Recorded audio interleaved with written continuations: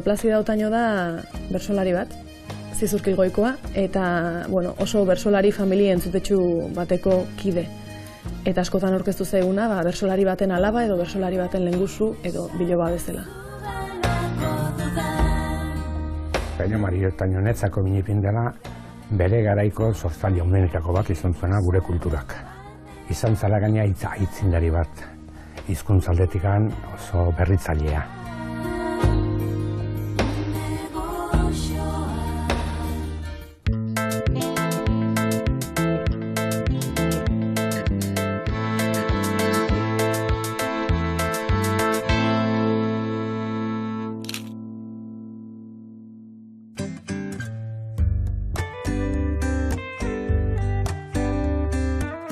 Zizurkilgo Otaño familiak izen handiak eman dizkio bertsolaritzari. Hainbeste ze gaur egun ere bi lehengusu otainotarri eskainitako kultur sorkuntzak daudela martxan. Patxi Bizkert aktoreak Pello Mari Otañoren bizitzari buruzko filma egin nahi du. Onbuaren itzala, auzolanean finantziatuko dena. Oian Aiguaran, bertsolariak berriz, Plazida Oiartzunaren plaza izeneko liburu ilustratua argitaratuko du azaroan, Plazida Otañori buruzkoa. Biekin bildu gara Zizurkilen bertan haien proiektuak eta otainotarren bizimodua gertutik ezagutzeko. Plazida arakatzen edo aztertzen hasi nintzenean, berekiko asko lotzen zen ez izen bat edo izen ondo bat da Plazida Zikin, desegokia zelako ez, zentzu zabalean, ziur asko, eta nik erantziko nuke zorionez.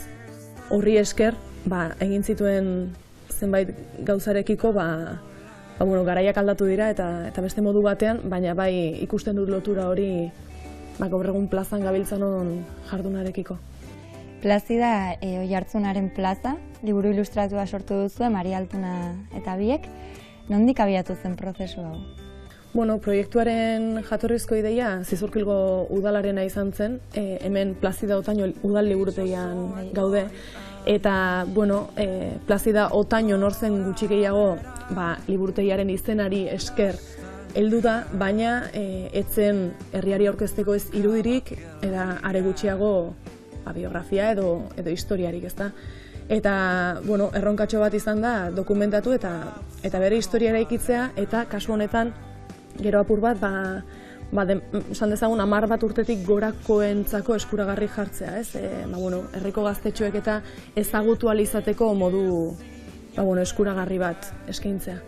Eta nolako bidaia izan da? Topatu zuk nahi zenun informazioa edo zuk nahi zenun aina? Ez, inondik ere, asko zurrumurrutan edo komentatutako kontuak dira, ahoz-aho iritsi zaizkigunak, ahoz-aho iritsi zaizkigun horiek iritsi zaizkigu hain zuzen, bertsolaritzaren munduan ezagunak edo referenteak ziren beste bertsolari batzuekiko loturan, eta hortik kanpo oso informazio gutxi aurkitu dut. Hortaz, dokumentazio lana bai izan da lehenik hari buruz idatzi zen guztia biltzea, eta gero elkarrezketak egin ditut badineko jendearekin edo inguruan bizi izan zen jendearekin edo otainotarren inguruan informazioa zeukan jendearekin. Eta informazio gutxi eukita jo duzu ere irudimenera edo fikziora? Derrigor eta horrek errespetu handia ematen zidan, ez delako zerotik pertsonaia bat asmatzea. Neurri batean, Zizurkilgo baserriko garai hartako edozein aurren bizitza, edozein neska aurren bizitza irudikatzen edo girotzen saiatu gara, saiatzea ateratzen hortik, berak zer esango lukeen, ezta? Ze inon ez dago bere iritzia, bere hitza eta bere bizipenik jasota. Behin, etxe aurreko pagotxa ebakitzen ari zen Plazida, eta txirrita inguratu zitzaion bertxotan. Entzun zer esan zioten elkarri. Gauz bat esango dizut modu honraduan, noskien aizasiko hemen enreduan, nunbait egongo zera aldarte beruan, hola zabiltzanian udako beruan, ez da txegin izango zure inguruan. Arrazoi horrek badu bere parezera, konprenituko dezu mutila bazera, udarako beruaz kejatzen altzera, lan horretan egiten badezu sartu zitezke komentu batera. Berari kantatzen zizkioten bertsuetan baino gehiago zikin ikustarazten du berak emandako erantzunak. Ez isiltzeagatik, hasteko eta behin, eta gero erantzuteko moduagatik, ez? Eta modu horretan esate baterako txirritari erantzun eman zionean, txirritak apur bat lizunetik tentatu zuen eta Plazidak maila berean erantzun zion. Baina ez da zilegi, Plazidarentzat, tonu hori. Hemen dauzkagu liburuan agertzen diren hainbat ilustrazio, badaude leku edo momentu bereziak edo jada ezagutzen ditugunak? Bai, oso leku garrantzitsuak esate baterako bertsolaritzaren munduan Karidadeko benta, bertan bertsolari asko elkartzen zirelako, Otañotarren sendian eraikitako espazio bat zen, eta bertara pentsa dezakegu maiz joaten zirela, ez? Eta bertan ezaguna diren zenbait bertsoaldi iritsi zaizkigu, baina kokatzea, ez? Plazidak horiekiko zeharreman izango dute zuken, Errekalde baserria oso ezaguna, Pello Mariren bidez gehien bat. Hemen ikus dezakegu irudikatua. Oraindik ere horrelaxe dago. Plazidaren irudirik ez daukagu ezpada azken argazki hori, edadaitua eta ilea urdinduta, eta gainera halako kapamoduko jantzi beltz bat dauka, ez da. Eta orduan erronka bat zen, nik asmatu behar izan dudan bezala bere nortasuna, ezagutzen ditugun gauzetatik abiatuta, Mariak ere bere irudia eta bere haurtzaroa eta dena sortu behar izan du. Niretzat bereziena den irudi bat, edo gehien gustatzen zaidanetako bat Atxolorrarena da. Ez da hau Plazidaren inguruan ez daukagu honen inguruko berririk, baina bai dagoela jasoa hainbat herritan nola emakumeak elkartzen ziren Atxolorrak ospatzeko. Gipuzkoako hainbat herritan dago dokumentatuta aurra jaiotzen zirenean auzokoek ongietorri modura edo egiten zuten festa zela, baina hemen Bailaran badago jasota hilekoa agortzeari edo menopausiari egiten zitzaion ospakizun moduko bat dela. Hortik Atxolorra, Atxol lehorratik ote datorren eta kontu hori. Eta jakinik hemen Bailaran hori ospatzen zela, eta jakinik Bailara honetan Plazidaren garaian hainbat bertsolari izan zirela, badakigu eta lekuko batek gainera kontatzen du, haren etxeko mandioan, nola ama eta lagunak bersotan eta aritzen ziren, ezta? Haren ama ez, baina besteak bai. Eta unkitzen induen, imaginatzeak Plazida horrelako eremu batean ospatzen eta kantuan, eta Plazidaren garaikide zen Mikela Txintxarri, Mikela Elizegi, Pello Errotaren alaba. Eta, Adriana Otaño ere Plazidaren aizpa bertsolaria zen, ari buruz are gutxiago dakigu, ezpaitzion ezagunari erantzunantza. Eta oso polita egiten zitzaidan irudikatzea, ez? Festa giro hori eta emakume hauek zeukaten espazio hori nun ariko ziren kantuan eta luze seguru asko eta libre, sekula ez zego iritsi hango lekukotzarik eta ez da ezer jaso, baina...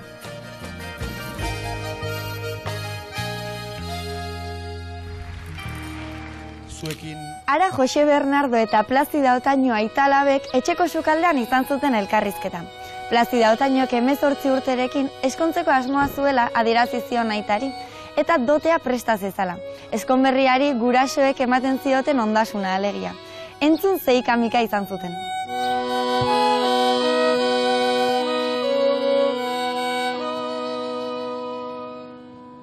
Ezkondu behar den ala, oiden baloria, 18 urte den ire edadia, pikara gaizkia zilo txarik abia, ikaberastuko nan lehen banaiz pobria. Atxaz hartuta gero garaio bi ez da, neskaztiak ere badu bere kezka, ilia zuriturik nobillorik ez da, orduan alperrik da soinua eta festa, ilia zuriturik nobillorik ez da, orduan alperrik da soinua eta festa. Plazidaren bizitzatik, zer da gehien harritu zaitun edo sorpresa bueno, hainbat gauza, baina bai egin zait deigarri, bueno, normaltasunaren barruan edo garai hartan espero zitekenaren barruan bere ametsetako bat bazen ezkontzea, ezta? Bederatzian nahi arrebetan zaharrena zen bera, eta ezkondu nahi zuen, eta jasoa dago nolaitari dotea eskatzen dion, eta gero Donostian eta ibili zen eskame, eta gero etorri zenean, nola azkenean ezkondu zen amasako hitzain batekin, eta eraiki zuten harremana edo, ez dakit, irudikatzen dut oso bestelakoa garai hartarako. Ez dakigu, ze harreman zuten eta nola biziko ziren edo ze autu egin zituzten, baina, garai hartarako bada deigarri alaba bakarra izan zuten, esaterako, garai hartan nahikoa zen, Eta gero, bai, jendeak kontatzen dituen anekdoten edo pasa dituen artean, bada bat, pixka bat ilustratzen duena, etxeko andre rol hori Plazidak ez zuela garai hartan eskatzen zen bezala betetzen, ez? Eta gizonarekin hori humorez nola konpartitzen zuen, eta hori deigarri egin zaitez, eraiki zuen harreman hura. Badagoelako jasoa bestalde, berari gustatzen zitzaion Juan Jose Ugarte bertsolariarekin, nola Juan Joseek esan zion Gallarda airosa. Plazidak entzuten du Juan Joseren boza, eta arek hartzen du pozat ez da gize, baina esateu, baina emazte bezala ez dut inoiz nahiko golako Gallarda airosa. Gallarda airosa da, borregatik, kantatu itezulako. Eta nola Plazidak gutxi zion bere nortasunari eta eraiki zuen bestelako harreman bat. Patxi Bizkert aktoreak hainbat urte daramatza Peio Mari Otañori buruzko film bat egin nahian, Onbuaren itzala. Plazidaren lehengusua zen Peio Mari, bertsolaria eta idazlea. Bere bertsopaper landuengatik egin zen ezagun. Hainbatetan bidaiatu zuen Argentinara, hasieran bigarren karlistalditik iesi, eta beharrak bultzatuta geroago. Haren ideiek, bertsoek eta izaerak erabat liluratuta utzi dute Patxi. Plaza gizona ezan izan, bertsolari bezala, baina bertsolari munduan bere garaian Euskal Herriko itzala guzti harrapatu zuen. Ez hemen bakarrik, Ameriketan ere bai. Eta orduan pentsatzen dut horre baduela, merezi duela horreko zer egitea horrei buruz. Eta zuretzat pertsonalki, zer eman dizu Pedro Mari Otañok? Niretzat, nik nire lotura daukat zizurgilekin, ni Fraisolon jaioa naiz, ama soltera zan eta garaia egitan. Eta gero, hemendikan junitzanean, ni jaizu bira junitzanean, amonarekin bizitzea gero, eta han beti gu bat genituen familian, amaren aldetikan, bi bertsolari afizionatuak, ez ziren ere Plazak izanak, baina afizionatu, oso afizionatu, biak Marcelino zuten izena gaina. Bata Manterola, bestia Legoruru. Eta haiek azten ziren pixkatola, estarriak berotzen eta horrela beti azten ziren Peio Mari Otañoren koplekin, gehienetan. Torban guk buruz ikasten genitxun, kopla guztiak genitxun buruz. Gaurko gazteek ez dute gehiagi ezagutzen, inork ia ez du ezagutzen Otaño. Eta horrek izu erdizkopen ematen dit. Alde baretik antzertiek oso gizona itzindari, berritzaile eta moderno eta ez dakizerta. Gaur egun ere persona asko ez dakite Oskorri kantatu diola, edo Benito Lertxundi kantatu diola, ez dakite. Eta entzun dituzte kanto horiek, benio gehiotan, bine ez dute Otañokin lotzen. Onbuaren itzala ditzen den pelikula bat egin nahian zabiltzate, berari buruzkoa. Nork pentsatu zuen pelikula hori egitea bai dira honatzela, edo merezi zuela? Bai, nire buru gorronek izan zen. Eta onuntza etortzen izan badetzen udara, eta horra beti onuntza bizit, eta beti Otaño, frontoia leku guztiaz egin ikusten nun, eta ondi Argentinarra, area joan ginean ere, han ikusi nun defentzi bat, meil sumatzen ez nuna. Hemen adibidez, nire adineko jendia edo adituak eta horiek ezagutzen zuten Otaño, baina Argentinan zan alderantziz. Gehien batian, gehien ezagutzen zuten jendia zen gaztea. Bai, eskolak bitartez, ikastolen bitartez, euskarazko klase bitartez, dantza klase bitartez, eta egin nola, baina Otaño zeukaten oso memorian. Eta hemen txedazkau, Andonita Alaia. Bizitzako gauzarik erakargarriena. Azkenian, bera ezagutzen dugu, bertso sortak, bertso paperak eta asmatu zituela du. Estarri txarreko zen ez, izan plazaren kanal, eta horra, idazteari eman zion.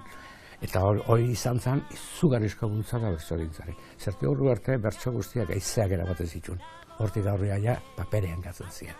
lehen bidaiatik bueltan etortzen denean, eta hor elkartzen da txirritakin, eta hor badute eztabaida bat, betxu, bea liberala, txirrita, karlista, baina asko maite ziren bien elkar, eta oso ondo harreman hori estua zugaten. Eta azten die, beak guke kokatzen dugu sekuentzu hori karidadeko benta bina. Izte hola elkarrizketatxo bat, bien artean dialogo bat, eta orduan esate jo, gaur egun karlistak edo liberalek ez ditek balio, aurrera egiteko herri bezala. Orduan zer berri asmatu behar diago. Eta orduan hori ere oso importantea da, gaurko belaunaldiek jakin behar dute garaileak izan ziela nolapait suspertze garaileak. Batez ere bere azken bi hamarkadoiek, 1890, 1910, bizikoazten bi hamarkadoiek. 1988an Fontzanian Argentinara azken bidei hori egin zunean, justu urte horretan Kubako independentzia lortzen da. Eta berak bazituen aurretikan idatzia bertso batzuk Kubako gura nahiei alderantziz pentsatzen inoiz ez dutela manbizak Leoi Espainiarra jango. Eta hasi zean pixkat ideiak beste ikuspuntutik ikusten gauzak nolapait. Nazionalismo berria ere urte horietan jaiotzen, sozialismoa ere urte horietan jaiotzen. Nolapait bihurtzen da ja azken momentu hortan, ze izatetikan liberal espainol bat izatetikan bihurtzen da republikan internazionalista bat izatea. Duela 10 urtetatik hasi zineten proiektu horrekin, eta gero proiektu aurrera ateratzeko finantzaketa prozesu bat jarri duzuen martxan, ez? Nola nahi duzu egin? Lehenengo proiektua ere etzan filma bat egitea. Baizik eta dokumentalantzeko bat, Otainori buruz. Baina zeukan keskatxo bat, gu produzio aldetik eta batez ere Joan Baketara ikusten zuen, ez? Dokumental bat itxeko oso alde batetik zahola dokumentazio gutxi. Oso argazki gutxi. Zareik egertuko, azken guazan dokumental dramatizatu zen, egertuko fiziozko histori bat egiagutan. Luzemetrai bat. Eta horrela eta berriz aurkeztu genuen Euskal Telebistara. Eta marrazoiak izan zian, ez zela inor Pello Mario Otaño, despresio nahiko gaina, ez zian bat ere gustatu. Ez zela inor Pello Mario Otaño, ez zuela interesik gaur egun pertsonei horrek, gure Euskal Herrian. Orduan ja erabaki nun beste bideo batez egitea, jarritzea historia egin. Eta orduan aukeratu nun auzolan ez egitea. Bideratu lan hau eskolatara eta ikastoletara. Sartu Pello Mario Muaren itzala, doainik eskola, ikastola guztietan. Eta udaletxe guztietan, edo aldugun udaletxe gehienetan. Oraingoz, egun bat udaletxek esan digu baietz. Lagunduko digutela, implikatuko diela, auzolan hau bideratzen, eta gero bere kultura etxeetan, hemen egin genuen bezala, saiatu sarrera horiek saltzen.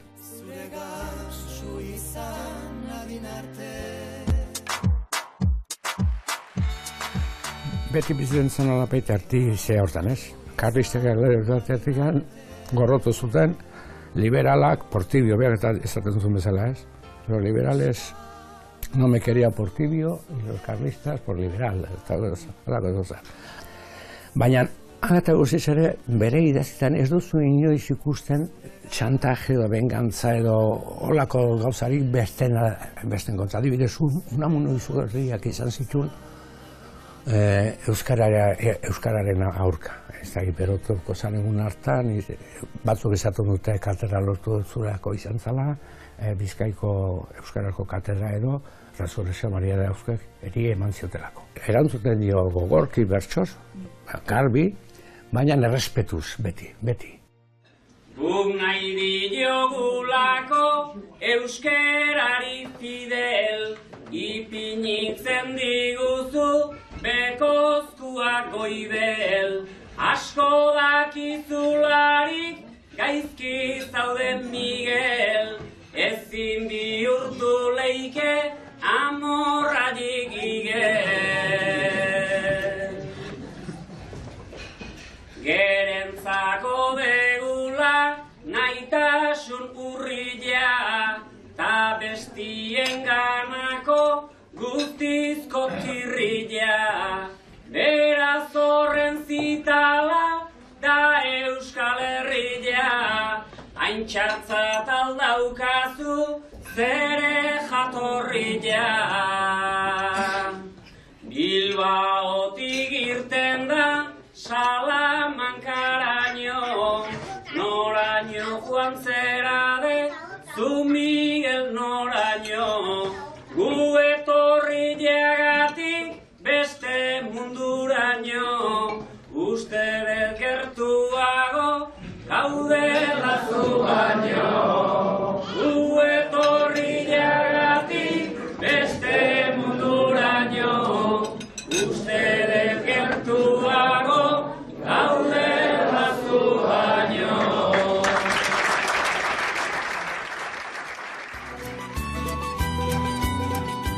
Bere ekarpena, Euskarari egin dion ekarpena. Hor uste dugun hori da altxorra, hori da interesatzen zaidana gehien bat. Eta hori eramatea belaunaldi berriei. Askotan irudia daukagulako sukaldean itxi zituztela eta ezin izan zutela plazan kantatu eta bar, baina nik uste dut bestelako plaza mordoa sortuko zutela, konplizidade handiz elkartuko zirela euren artean, eta hori irudikatzen egia esan ez dakit hunkitzen naiz eta gozatu dut.